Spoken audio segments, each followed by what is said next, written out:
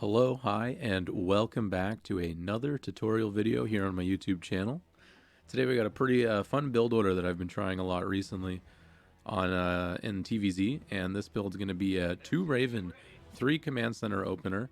And basically the idea of this build is to give yourself a really good macro advantage in the start of the game, while also like maintaining the Zerg creep spread to like a minimum amount. And the reason this is going to be easy is because we're going to have 2 Ravens and 8 Hellions. And it's going to be really cool to do after the patch because the Ravens cost less money now and they build faster. So this is essentially like a regular 3cc opener, but with just Ravens instead of Banshees. So it'll be cool to see how this goes. For the build order, we of course do go Barracks, Refinery, and then we're going to be taking our Command Center at a normal time. And I want to give a special thanks here, just while we're waiting for more things to happen, to everybody that's been subscribing and commenting and liking all the videos. This is the last video of the week, and it's been a pretty good week so far, as well as just a pretty good month on YouTube. So thanks to everybody supporting. And if you guys want to see any type of content, like, feel free to leave a comment, and I'll take a look and see if we can make a video about whatever you guys are in the mood to see. Honestly, I'm just looking for as much feedback as possible because I want to do what you guys want more than anything at this point. Alright, so back to the game though. We do SCV Scout with the SCV that built the barracks. And if you do this SCV Scout timing, then by the time your SCV arrives here, this hatchery should be like 99% done or just done. And if it's 99% done, then you know the Zerg did not go pool first. And that's literally the only thing you're looking for. So it's quite an easy scout for the SCV. Back at home, we do go Reaper and then a Marine to follow up. And then the SCV sees the base just finished. So I go right home, send the Reaper across. Pretty simple. And then when we get the money for the factory, we build the factory here. And then we're going to get a reactor after the Marine. And the reason I like to build this Marine is just to have something to shoot the Overlords. And also it just works into the build order better. If you go gas after racks, you don't actually have the gas to do this unless you go Marine first. So that's why we do that. Reaper's going to cross the map. Does see that there's a third base, which is a pretty nice bonus of this map, I guess, because the Reaper just walks right past that. So the Reaper is just going to try to poke a little bit, keep the health bar up as much as possible. This map in particular doesn't have a ramp right here, which means it's kind of easy to snipe the Creep Tumor if you keep the health on the Reaper high up. I don't know if I actually get the Creep Tumor snipe, but I think I'm just actively waiting for it at this point. Back at home, again, we're just getting the reactor. This poor SCV is locked out at the moment because I'm focused on waiting for this Creep Tumor. I can see the Queen has 35 energy, so there it goes. Drop a grenade, pretty good snipe, but the bad thing happens. And sometimes that happens. The main thing that you want to scout is the third base, and then you also want to like keep the Reaper here as long as possible, just to see if roaches are going to come out. And obviously, if you lose the Reaper, you're just going to have to gamble. Like if he goes roach all in at this point, I would lose the game. And that's kind of fine. Like you could also, if you're really worried, you could just build a bunker here. Sometimes I do that if I am worried, but this game I just kind of gambled it. Said screw it, we're just going to build our Hellions, then we'll send them out. And the Hellions will scout for us instead. I'm going to rewind a little bit just to mention the timings of the command center here. So essentially you build your command center with your first 400 minerals. And we're going to be delaying our Hellion production until I think we get the starport and the refinery. I think I just want to make sure that I do it this way. Oh, okay, so because I lost the Reaper, I actually build the Hellions first, which is smart. So then we do the starport and the refinery after.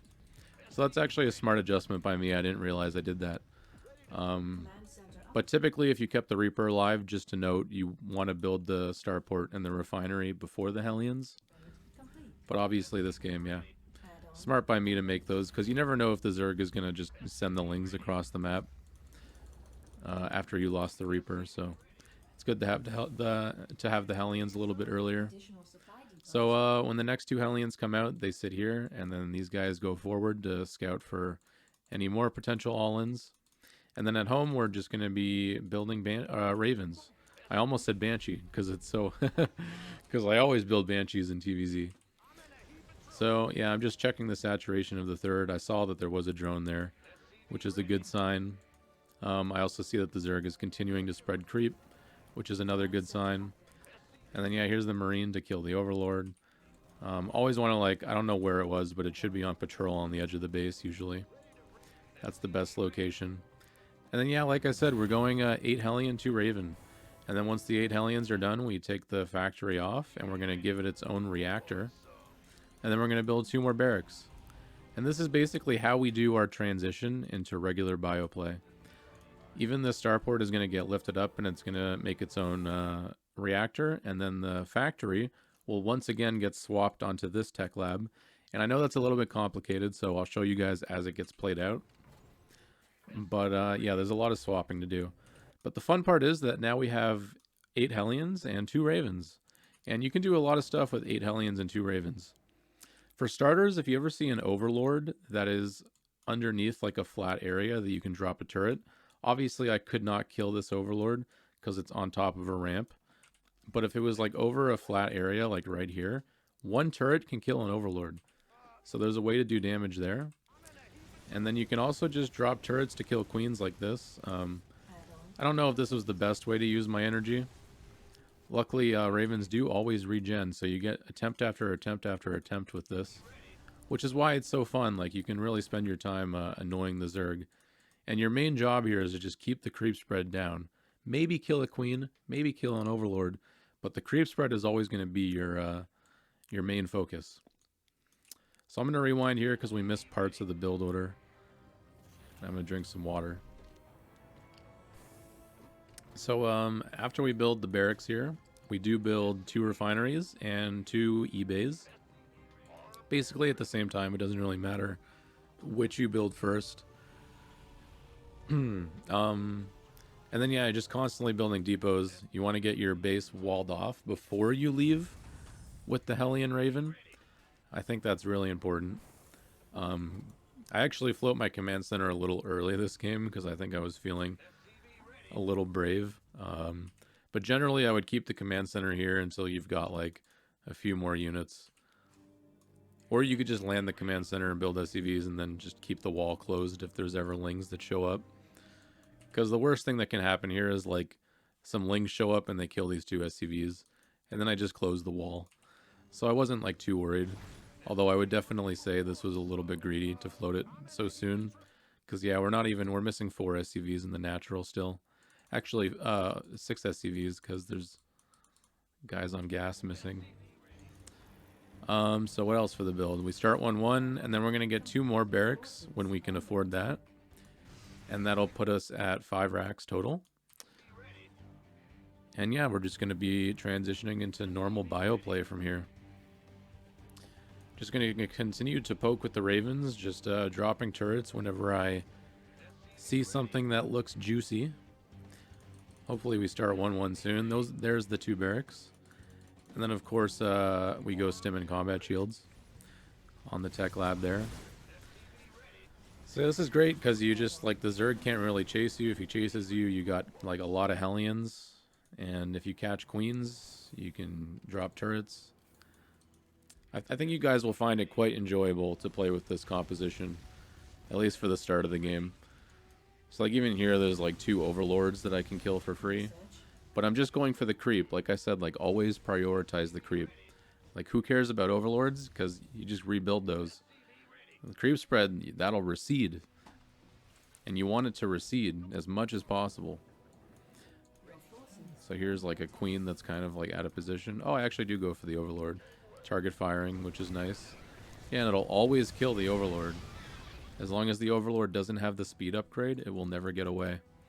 Looking back home, though, these should have reactors. You want to have reactors on 4 of the barracks. But nothing much more. I got the refineries at the 3rd. I'm going to throw down a factory here, I hope. You want to go up to 2 factory on 3 base. And then with your next 400 minerals, you build a command center right there. I float a little bit of money. Obviously, I'm focused on these units quite a bit. But it's pretty fun to micro. Like, you get distracted easily. Try not to, though.